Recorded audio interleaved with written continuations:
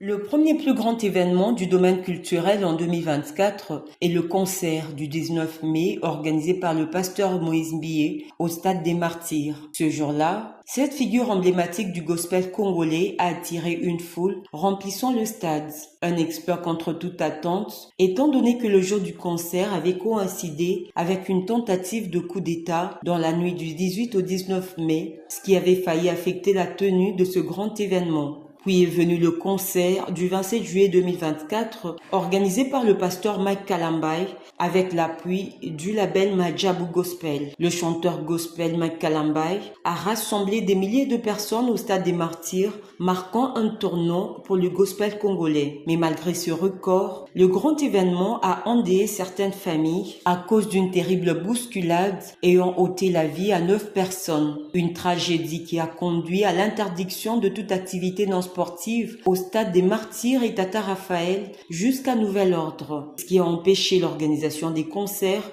de certains artistes qui se projetaient en 2024. Un autre fait marquant le domaine culturel, c'est le festival Amani, qui avait connu au départ une controverse. Initialement prévu en février, puis en juin, le festival s'est finalement tenu du 14 au 17 novembre 2024. Malgré les défis sécuritaires, le festival a célébré une décennie de plaidoyer pour la paix à travers la musique, réunissant les artistes congolais et internationaux. Même si le programme a connu un bouleversement dû à l'annulation du festival à la veille, puis son autorisation à nouveau. Un autre événement, c'est la vandalisation du mausolée de Patrice Emery Lumumba dans la nuit du 19 novembre 2024. Ce lieu symbolique érigé pour abriter la dent du héros national a été saccagé, suscitant l'indignation de plusieurs observateurs et des interrogations qui persistent quant aux circonstances exactes de ce sacrilège. Dans certaines sources, la garde républicaine chargée de surveiller ce site aurait été relevée quelques jours avant les faits par le responsable du mausolée, ce qui a soulevé de sérieuses questions sur les éventuelles failles dans le dispositif de sécurité. Une enquête a été ouverte en vue de faire une lumière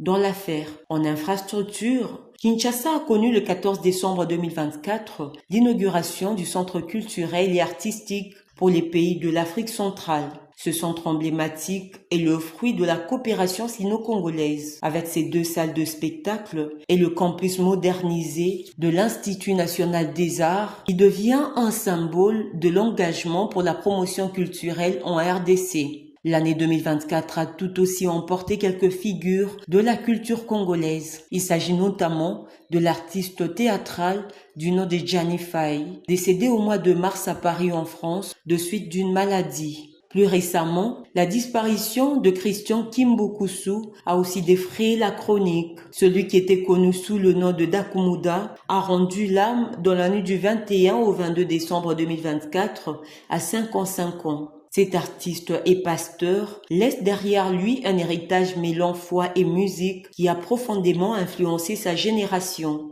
Une autre perte dans le monde culturel, c'est le décès de Séguin Mignon, le célèbre batteur de Wenge Musica de JB Mpiana, qui avait tiré sa révérence depuis l'Inde où il était hospitalisé.